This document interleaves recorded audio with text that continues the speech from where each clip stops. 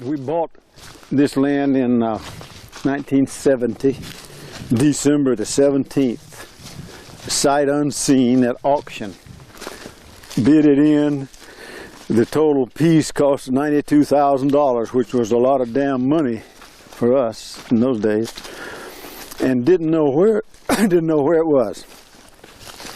So the next day, we came over and started asking people, where is the price place? And they said, it's over yonder, but it sold yesterday. And we said, well, we know, we bought it. You bought it and you don't know where it is? So we bid it in on the 17th of December, you know, put up their earnest money. And closing date was 10 Jan following. So we ordered some pines on the 18th of December, thinking that, as usual, it would take weeks to get them.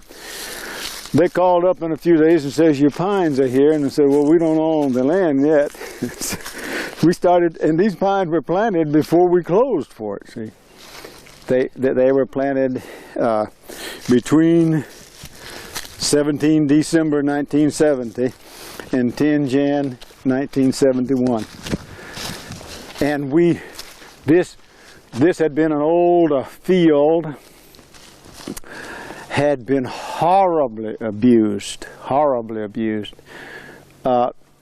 It was so eroded, the topsoil was so absent, and what was left was so hard that we had to run over it twice with the planter. The first trip we didn't put the trees in. We came back then down the same furrow we had made and put the trees in.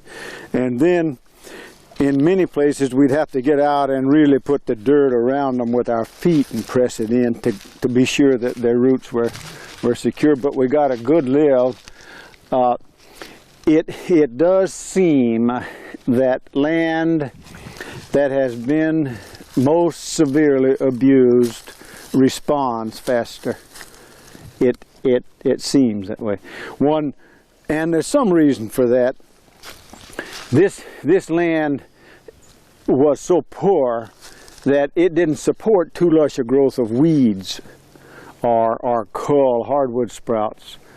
And the pine has apparently evolved by taking advantage of that factor. See, so these babies have really grown. They are that old. From 70 to 89, they're 19 years old, and they have, oh God, they look good. They look wonderful.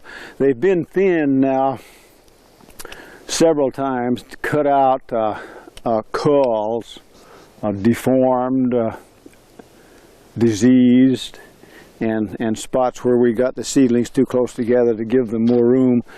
And about all that's left now have good, smooth, straight trunks. And this is slash pine. This species of pine makes poles, and the best market is for poles, and hopefully some of these will make poles. Another a factor that pushed these toward pole market. We got them full close, since they lived better than we had hoped for, and then we neglected to thin them. You know, we didn't thin them when we should have, so that made them run up and prune themselves to make a good, clear stem and the growth rings will be closer. The wood will be stronger. And this is the beautiful magnolia.